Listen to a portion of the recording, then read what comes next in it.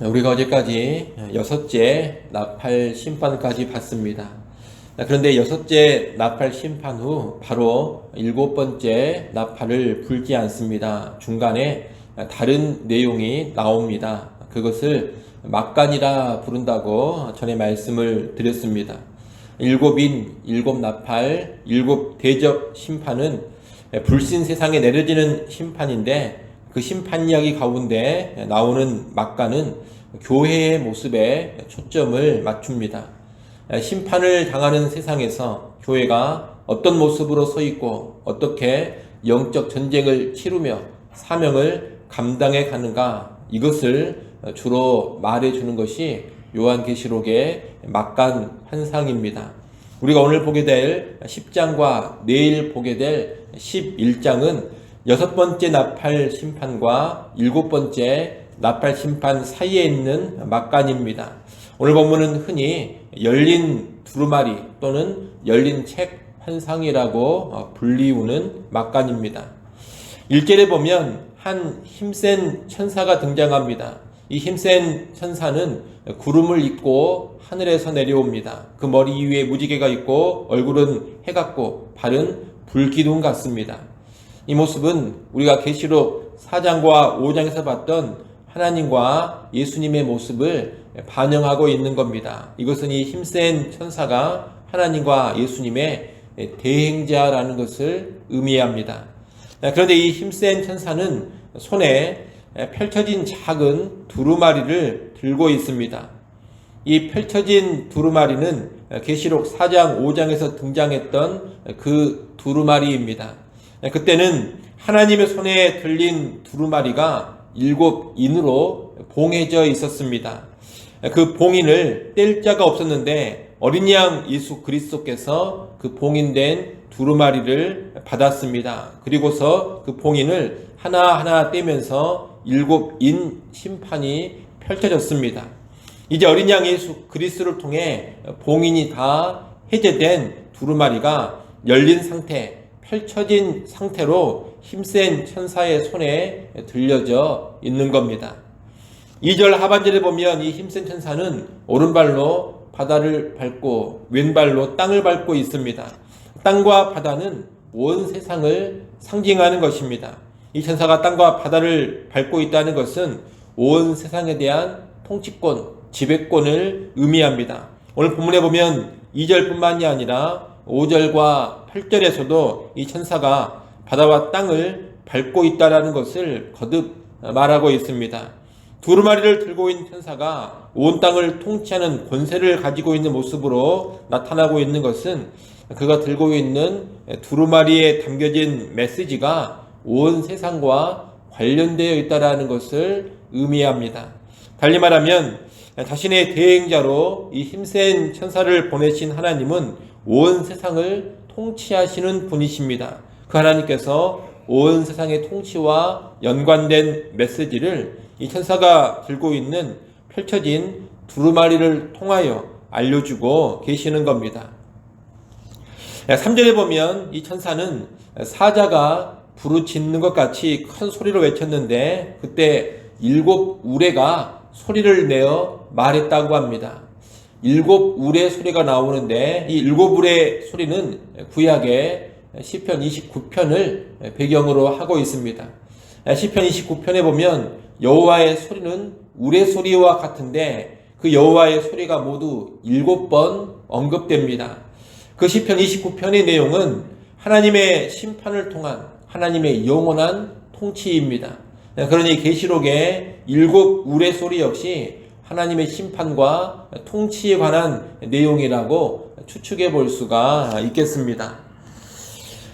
사도 요한은 이 일곱 우레 소리를 듣고서 기록을 하려고 했습니다. 그러나 4절 말씀에 보면 하늘에서 음성이 나서 일곱 우레 소리를 인봉하라, 그렇게 명합니다. 인봉하라는 것은 기록하지 마라, 알리지 말라, 이런 뜻입니다.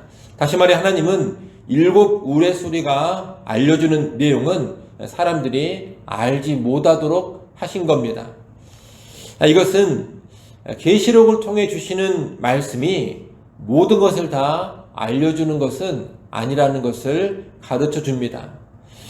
하나님은 교회가 알아야 할 내용은 분명히 계시해 주십니다. 하지만 일곱 우레소리의 내용처럼 어떤 것은 계시하시지 않습니다. 감추어 두시는 겁니다.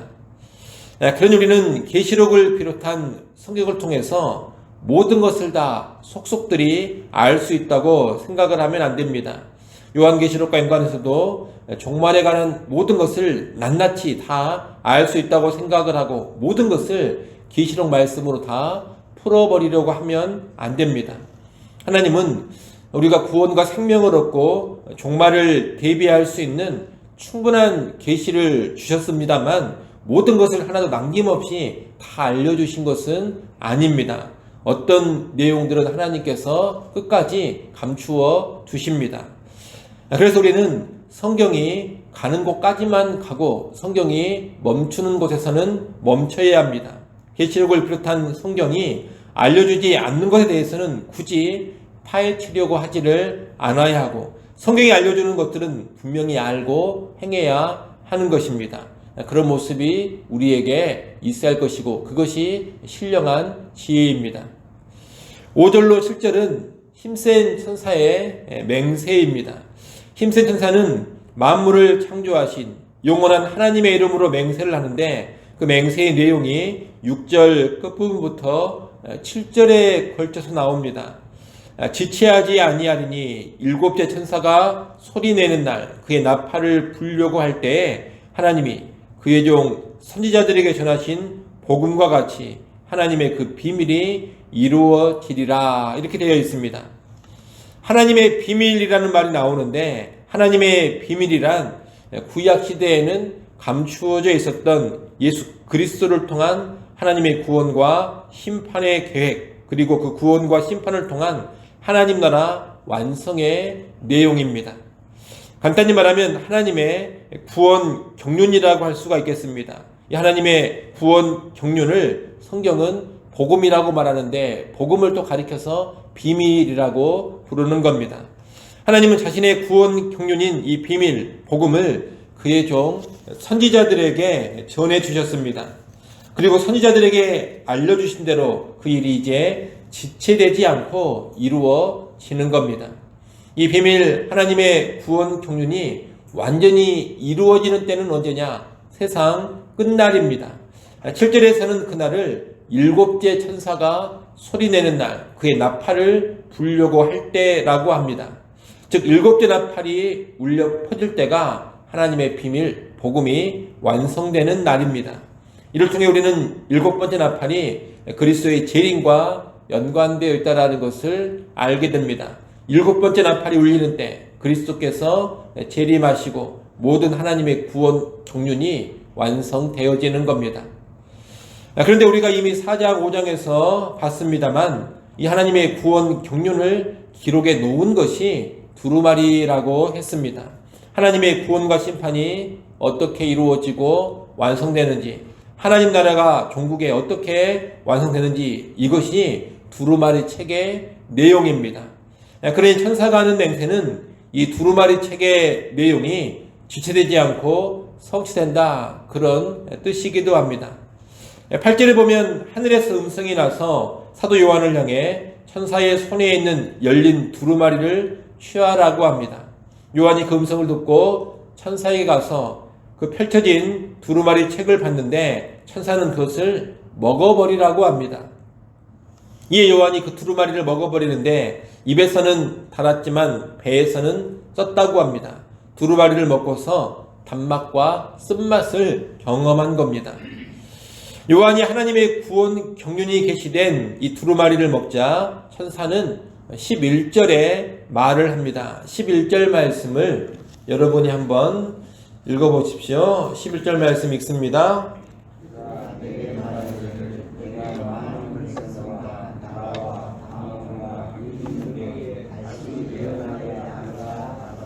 아멘. 만방을 향해서 하나님의 말씀을 선포하라 이런 명령이 11절입니다. 하나님의 구원 경륜이 기록된 두루마리를 먹고 선포하는 것은 구약 에스겔서 2장 3장을 배경으로 하고 있습니다. 거기 보면 선지자 에스겔은 하나님이 주신 말씀을 먹고 하나님의 말씀을 선포합니다.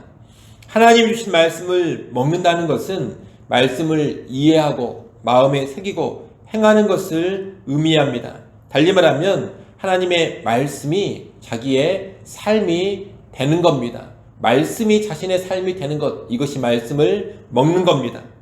이렇게 말씀이 삶이 되는 가운데 선포하는 것이 진정한 선지자, 참된 하나님의 종들의 모습인 겁니다. 사도 요한 역시 참 선지자로서 하나님의 구원의 경륜, 하나님의 비밀인 복음을 제대로 이해하고 그 복음을 삶으로 살아내야 합니다. 그런 가운데 만방을 향하여 그 복음을 선포하는 겁니다. 특히 요한이 두루마리를 먹었을 때 경험한 단맛과 쓴맛은 말씀의 양면성, 복음의 양면성을 보여주는 겁니다. 하나님의 말씀, 복음은 구원이라는 단맛과 심판이라는 쓴맛을 동시에 지니고 있습니다. 믿는 자는 구원을 받지만 믿지 않는 자는 무서운 심판을 받습니다. 교회는 구원을 누리지만 세상은 무서운 심판에 떨어집니다. 교회는 구원이라는 달달한 메시지와 심판이라는 쓰디쓴 메시지를 함께 알고 함께 선포해야 하는 겁니다. 또한 믿는 자들에게 있어 복음은 구원의 은혜와 하나님의 사랑이라는 달콤함을 맛보게 하지만 동시에 세상에서 죄와 사탄과 싸우며 핍박을 받는 쓴맛을 맛보게 합니다. 복음을 따라 살아가는 삶은 순종의 기쁨과 하늘의 영광을 누리게 하지만 동시에 고난과 핍박도 당하게 하는 겁니다. 그것이 신자가 경험하는 단맛과 쓴맛입니다. 요한은 복음을 삶으로 수용하는 가운데 단맛과 쓴맛을 함께 맛보면서 세상을 향해서도 단맛과 쓴맛이 함께 있는 복음의 메시지를 그대로 온 땅에 선포해야 하는 겁니다. 이렇게 우리가 계시록 10장의 내용을 쭉 살펴봤는데 이 10장을 간단히 말하면 어린 양 예수 그리스도를 통해 밝히 펼쳐진 두루마리, 곧 열려진 복음의 비밀을 완전히 자기 것으로 삼고 만방에 선포하라, 이런 것입니다. 우리는 여섯째 나팔 심판까지 보면서 타락한 사람들이 심판 앞에서 회개하지 않는 것을 봤습니다. 심판 앞에서 회개하지 않는 사람들 향해 교회가 할 일은 뭐냐? 복음을 삶으로 살아내면서 그 복음을 선포하는 겁니다. 여러분, 심판을 받는다고, 심판이 떨어진다고 해서 사람들이 회개하지 않습니다. 심판을 받는다고 사람들이 구원의 길로 나가는 게 아니라는 겁니다. 심판 가운데 악한 죄인들은 더더욱 완악해지고 더더욱 악랄해집니다. 그런 죄인들에게 무엇이 필요하냐? 바로 복음이 필요합니다. 그 복음이 선포될 때 성령께서 역사하시면서 사람들이 회개하고 하나님께 돌아오는 구원의 역사가 펼쳐지는 겁니다. 우리는 이것을 잘 알고 하나님의 심판 아래에 있는 세상을 향해서 복음을 선포해야 하겠습니다. 예수 그리스도를 통해 밝게 드러난 복음의 비밀이 우리를 통해서 만방에 전해져야 하는 겁니다. 특히 형식적이고 가식적이고 위선적인 삶을 살면서 복음을 전하는 것은 결코 하나님의 뜻이 아니라는 것을 알아야 합니다. 두루마리를 온전히 먹고 전해야 합니다. 복음을 제대로 이해하고 그 복음에 합당한 삶을 살면서 복음을 선포해야 합니다. 삶이 없는 복음 선포는 교회가 가질 모습이 아닌 겁니다. 아무쪼록 우리 모두는 복음을 먹고 복음의 단맛과 쓴맛을 삶으로 온전히 경험하면서 심판의 세상을 향해서 구원의 복음을 선포할 수 있기를 간절히 축원합니다. 기도하겠습니다.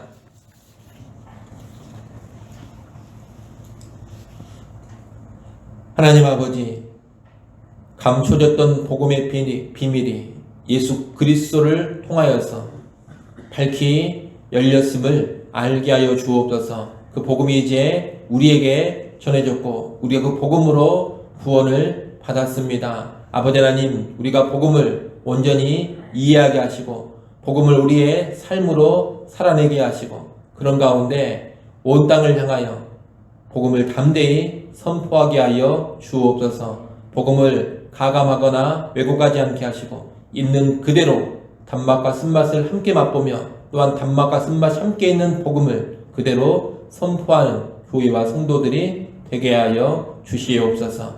아버지 하나님, 또한 이 시간 우리를 기도하는 자리로 불러주셔서 감사합니다. 이 새벽 시간 깨어 기도하게 하시고 기도하는 시간을 통하여서 하늘의 이루를 맛보게 하시고 하늘의 능력을 경험케 하여 주시옵소서. 기도하는 주의 백성들을 긍휼히 여겨주시고 때를 따라 돕는 은혜를 이 새벽 시간에 다시금 허락하여 주시기를 원합니다. 오늘 하루를 살아갈 때에도 언제나 하나님을 의식하게 하시고 신전의식으로 살게 하시며 하나님과 동행케 하여 주옵소서. 예수님의 이름으로 기도드리옵나이다. 아멘.